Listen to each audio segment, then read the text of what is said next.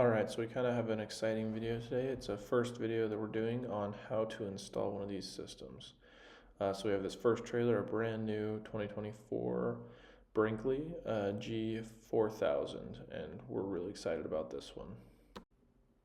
We're going to try and get you guys as much information as possible. We did miss a couple parts when recording and a few things, but it should go well.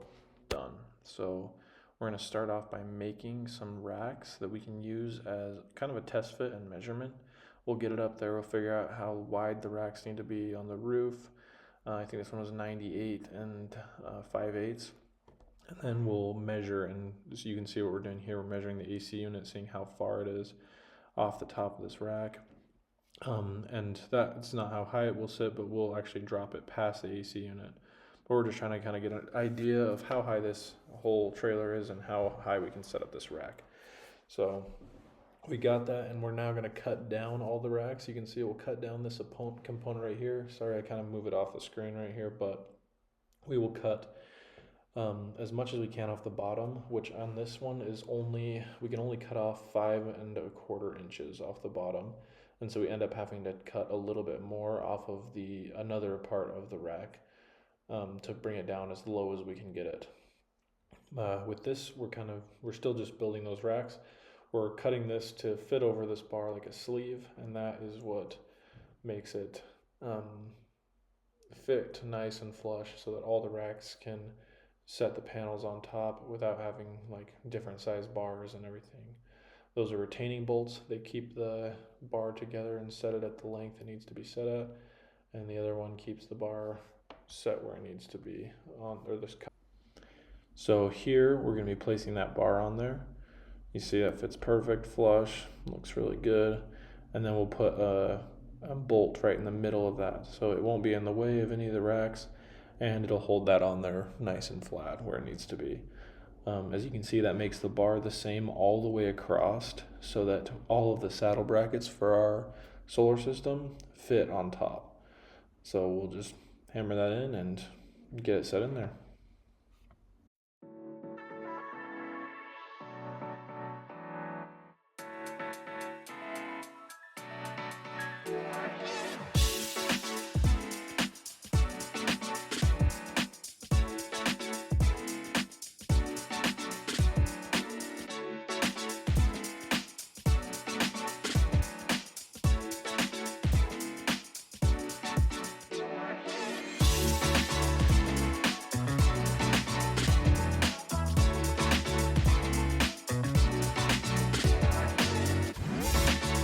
So we're cutting down some of those pieces here in this clip. As you can see, we took off 1 inch as well on that part of the foot. That gave us the height that we needed.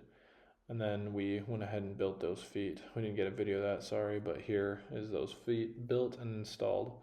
Just bolting them on, and I always like to wait to bolt them on permanently until we know exactly that they're right, because those bolts don't really like to come off once they're tightened down. Right here, we're going to be building some of these saddle brackets. These are what holds the panel up. So you'll have one of these brackets on each side of the solar panel. And so you'll have 2 on every rack, because each rack holds up 2 solar panels. Each one of those will go onto the side, and then they sit flat on top of those racks on the roof. And then the lower control arms, this is the lower control arm, the upper control arm from the solar panel connects to these lower control arms.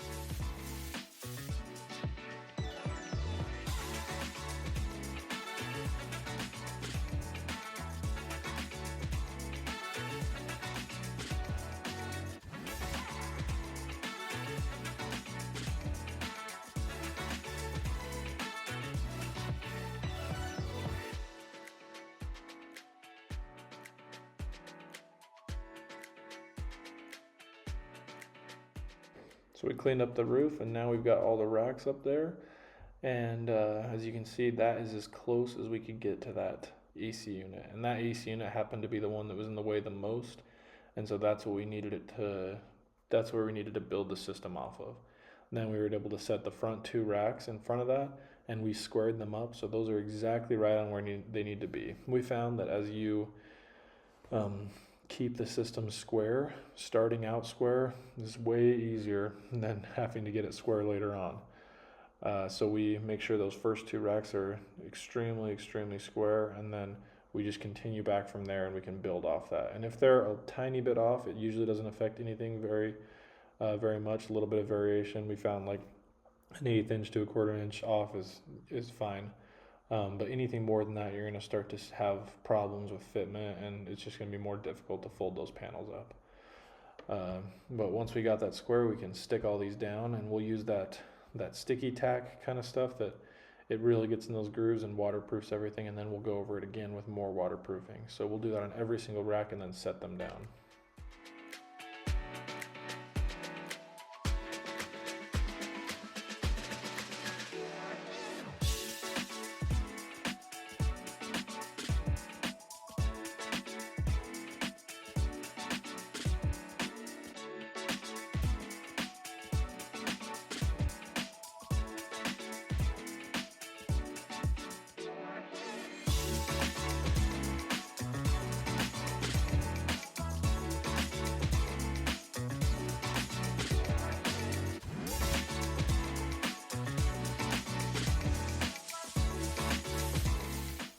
We finished that up, so now it's time to build some panels.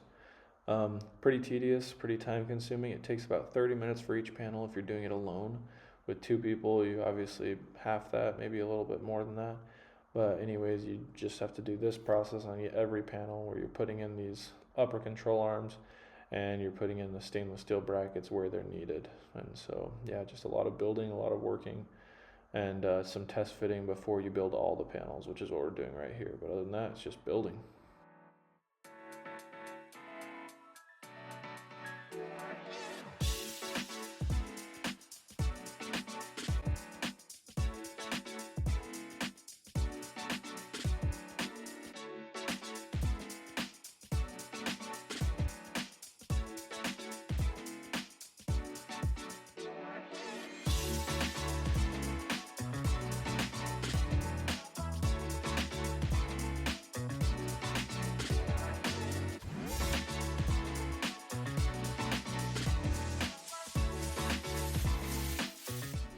Once you have all those panels done, you got to bring them up.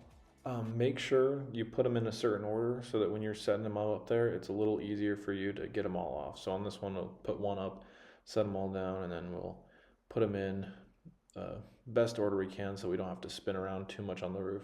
Nobody wants to fall off a roof, right? That was a tight squeeze for me, and then here's the tight squeeze for Kenson. So anyways, we set all those panels up there, get them up there, and then we're able to mount them all up. Once they're mounted, we can do the rest of things like cable work that we need to do, waterproofing, finishing the racks up there because they're only temporarily bolted on right now. And then once we have the panels in and we know for sure that they'll fit and that they open and close good, that's when we'll permanently bolt them in, and then we start building the cables like what you see right here. So start by drilling a hole, making sure the cables fit, everything, they get tight and tensioned, and then you'll just drill the same hole on every side and put cables between every one. And on the ends, you'll have this little chain thing right here that you can see, and it tensions as well. And so that will help. You can get some adjustment out of this. So if you need the one panel to be over just a hair, you can adjust it. Then you get a little adjustment out of this. And then also just that tension helps keep everything tight and nice and together.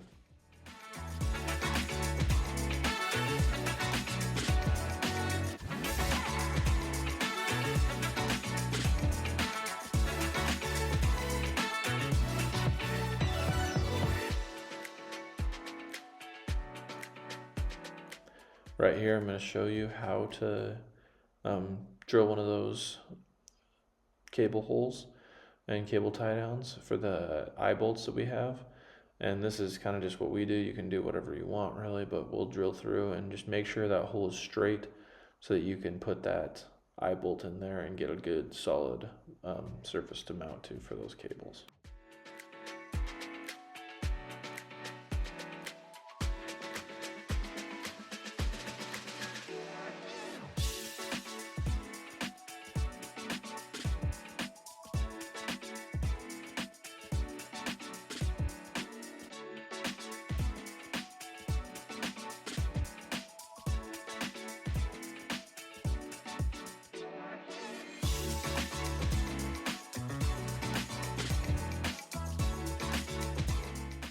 Weird enough, we actually had to replace 2 of these panels because they were slightly different than the rest of them. Just something weird that happened with our order, I guess, and so we had 2 panels that were just barely different that we only noticed when we got up there. See, this is what I was talking about earlier. We're adding the rest of the nuts and the bolts to get everything solidly mounted down so that we have it all completely mounted. And we also add a couple holes on the front up here that we drill into the roof just to add a little bit more mounting surface and get a couple more bolts in there so that we have a little more bolted to the roof on the front where it gets the most of the wind.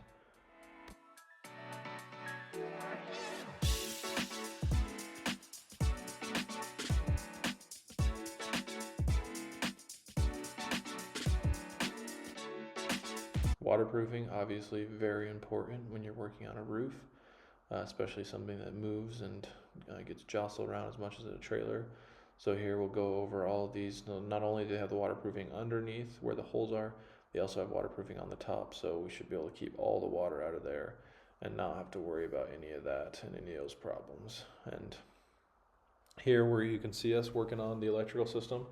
So first we start up by fitting all of the components on this board that we have. This is the space we have in the front, so we had to mount our inverters sideways and then everything else below that.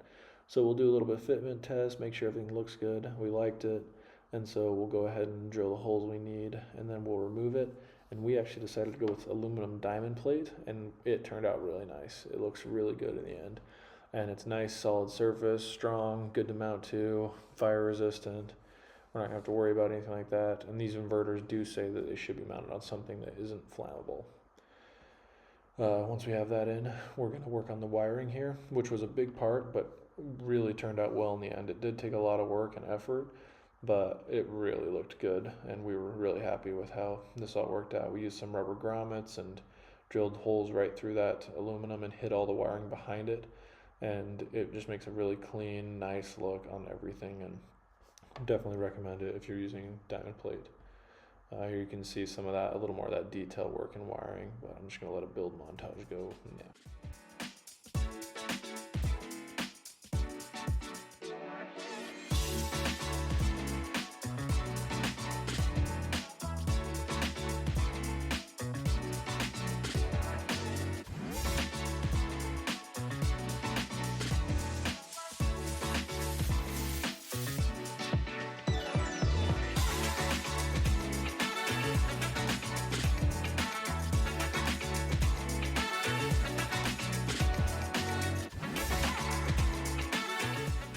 Now, the only problem with this building this board outside the trailer is that those components are heavy, especially those inverters. So we do end up removing them, but we are done here. We got all the wiring done. And so we're going to take it and we're going to put it in the trailer and finish the rest of the work in the trailer. And which is nice. We get to see what it looks like in there, and it is sweet. So here we go.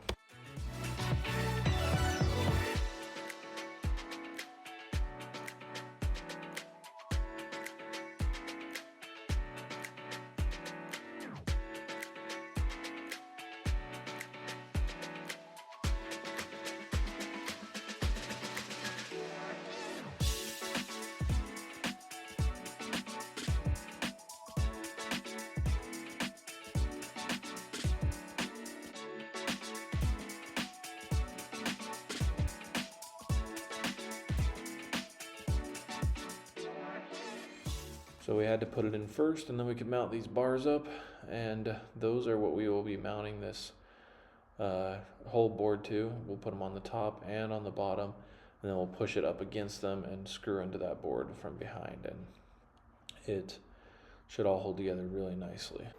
After a lot of wiring off camera, here's the finished product.